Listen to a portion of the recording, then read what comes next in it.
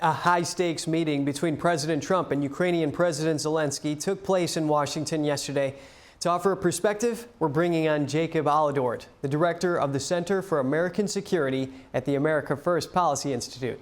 Jacob, good to have you here. Now that President Trump has met with Russian President Putin and Zelensky, what comes next in the quest for peace in Eastern Europe? Well, as you noted, a very important event yesterday, and coming on the heels of course, the summit in Anchorage, Alaska, and then really several months of very difficult negotiations and historic peace agreements. I think that context is very important for how and why this took place when it did, in my view. I think what's next, as the president indicated, are conversations continuing with Europeans about what some of the details might look like from their side, and then, of course, a meeting again, a conversation with Putin and potentially with others, with Zelensky and Putin. So, in my view, this is the most complex war we faced in our lifetime, and probably the largest land war in Europe in almost a century. And so, it makes sense that it's very sequenced. There are a lot of details and moving parts, but all trending in a positive direction. Understood, Jacob. And President Trump says that a ceasefire is not necessary to bring about a peace deal between the warring nations, pointing to other peace deals he's made, which the countries were still at war at the time of the agreement. Does that complicate the negotiations? Not at all. I think, in fact, setting the bar higher, aiming for overall peace is what's needed today. It's not about just a ceasefire. It's, well, first and foremost, as the president says time and again, to stop the killing. But then overall peace also is a segue into planning the future, the day after the war, what the future of Europe looks like. Obviously, these are conversations for Europe and Ukraine to determine internally on their own. But I think that is the goal here. It is not just a temporary measure. It is a complete and an absolute ending of the killing. I hear you, Jacob. How can you have peace talks when bombs are falling? Well, I think it's that's the response, but I think that's the goal: is who you have to at the table, what the different discussions are, and I think that's precisely the point. That just a simple ceasefire is a recipe for another round of bombs flying, as you indicated. And so I think this is all towards a more holistic objective of ending this in a more absolute manner. And why would Russia agree to NATO-style security guarantees for Ukraine, but not agree to Ukraine joining NATO and working on a possible peace deal? We don't know specifically the nature of the security guarantees, only that those will take some form potentially from Europe, potentially from the United States. But I think Putin has a very important incentive here, and that is his failing economy. I mean, nearly 50% of his economy is structured for wartime footing. That means they're producing tanks and other armaments that are not necessary and irrelevant for the everyday life of Russian people. What he wants is a better future and an integration into the West in some form. Obviously, that cannot happen until there is peace, and that is the line that the President Trump has drawn. And so he has real incentives to end this, and we'll see kind of how he accommodates and how he responds in the ensuing rounds of talks. President Trump has campaigned on America First policies. Has the president served American interests in taking the effort to resolve this war and offering what he has to stop the fighting?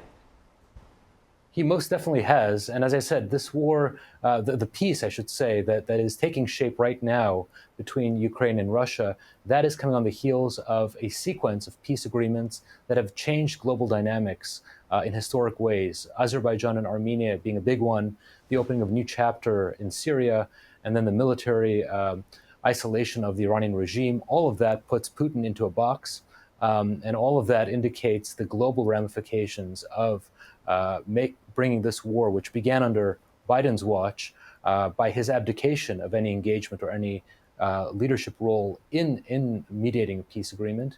All of that is now coming to a close, and peace is finally on the horizon. I follow your logic. And one of Putin's top negotiators called the Trump-Zelensky meeting in Washington an important day for diplomacy. That's good, but without a deal in place, it's still just talk. But is that a significant change in messaging from what we've seen through these roughly 3.5 years of conflict? Well, I think right now it is, and I think what it points out to me is that Russian leaders are now struggling, and I think they need to come up with a political message that they can sell to their people for how they are going to end this war.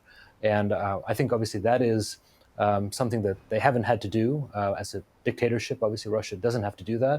But I think here, seeing that their efforts over 3.5 years have pretty much not materialized in much other than destruction, but no material achievements for Russia, they need to sell a new message to the Russian people now to politically save face. So I think that's what you're seeing in that change in rhetoric.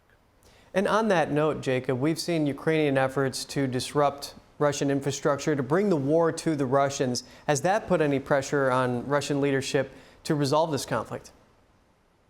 It most certainly has. Look, I think it's no doubt, no secret that Putin was expecting a quick victory in February of 2022. Obviously, that didn't materialize, and he has gone through many Russians and armaments and lost so many casualties. So I think he is under pressure, and then the president as well has more arrows in his quiver with the sanctions bill in Congress that he can activate at any time. There's also pressure on Zelensky, too, to figure out what is the political definition of victory that he can sell to the Ukrainian people. I think the world has been surprised in positive ways at Ukraine's military effectiveness and innovation on the battlefield. Now comes the challenge of defining an end state of victory for Ukraine as well.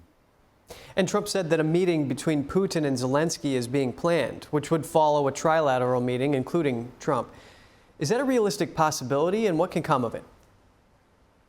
It is. As I mentioned, I think both leaders are looking for a way to end this war. Both are facing different sets of circumstances that challenge their decision-making. But ultimately, I think both Russians and Ukrainians want to see an end to this war. They want to see an off-ramp. The question is, what is the political narrative? What is the message? And what does that end state look like? All of that is still in the air, but I think it's moving towards that. And so I do think, and I would be very much hopeful and expect that a meeting between Zelensky and Putin is in the works. Thank you, Jacob Olidort. We appreciate your commentary. Thank you for having me.